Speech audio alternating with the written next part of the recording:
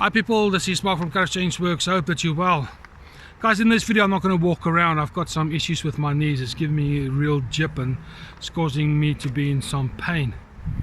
But I just want to continue with some strategies on how to break this thing called bad habits and what we can consciously do to resolve it.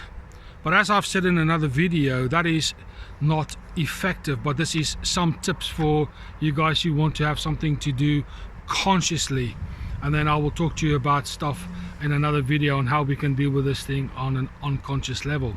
So these are just a little series of pointers that I think will be helpful for you conscious thinking, problem solvers.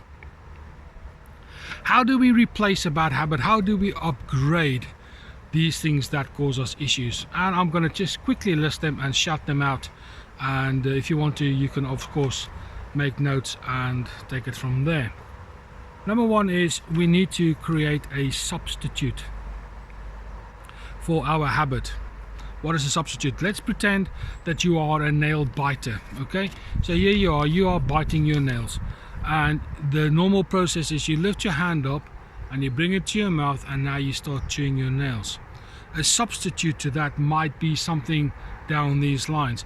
As your hand comes up, you start looking at your hands, and instead of biting your nails like this, you can actually turn your nails inwards and look at your nails and go, wow, aren't they growing beautifully? There you go.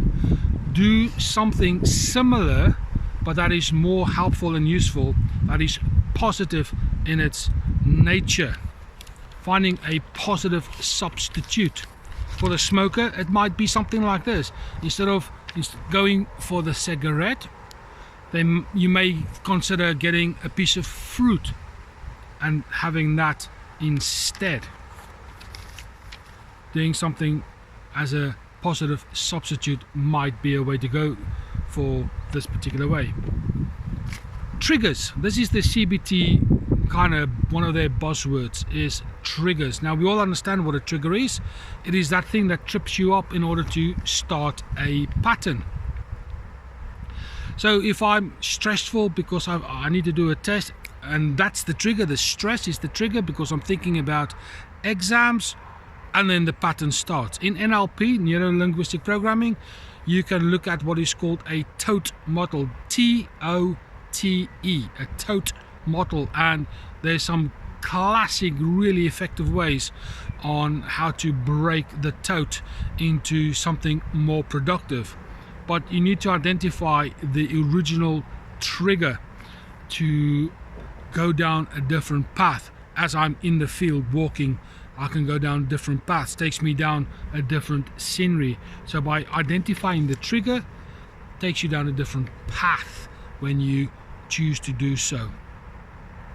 Okay, I've said this time and time before. You need to build friendships. You need to get people in your life that are there to help you. They're the ones there to lean on when you are in need of like a pillar of some sort. You need to find people who are on the same page as you. So when you are struggling with something, you can go to these people and ask them for help and advice. And you'll find this to be absolutely fruitful. Okay, then you need to visualize. Now that's a word that I kind of enjoy. Visualize. It's engaging the subconscious mind. You need to visualize, as if I can put it another way, you need to start daydreaming about how you would rather be in a positive way. Pointless thinking about negative things. Why are we thinking about negative things? Goodness gracious alone knows. Why be negative when being positive is so much better? So when we start daydreaming about our future self, so to speak, again another NLP pattern over there. So when I'm looking at my nails, I can see them growing. I can see myself feeling more confident. I can see myself doing more things, different things, because now I don't have to be so ashamed of my nail biting habit. So when you start daydreaming about this, how you think, what you will feel, what you will experience, what things will look like, etc., etc., things will start to move forward for you. But it's important that you visualize your positive future self in reference to your habit that you are upgrading or replacing with better, more useful and helpful data. Then I want to say that some people will tell you need to use the word but, and this is how it works. I'm fat but I can lose weight. The word but generally is used to negate everything that goes before it. So everything that I say, I am fat but I can lose weight, the word but tells the brain, forget about that, it's not important, you need to look at the other bit, which is I can lose weight. I'm going to suggest to you to take the word but and put it somewhere else and use the word and.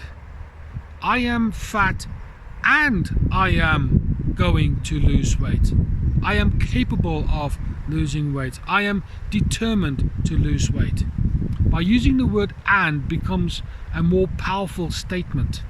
Just because you're using the word and, it is as if you are coupling the problem and in the solution together, and the brain finds and far more useful. So use and not necessarily but. However, there are some places and times where but is helpful, but I would suggest that you also incorporate the word and. And as I've said in another video, you need to become aware.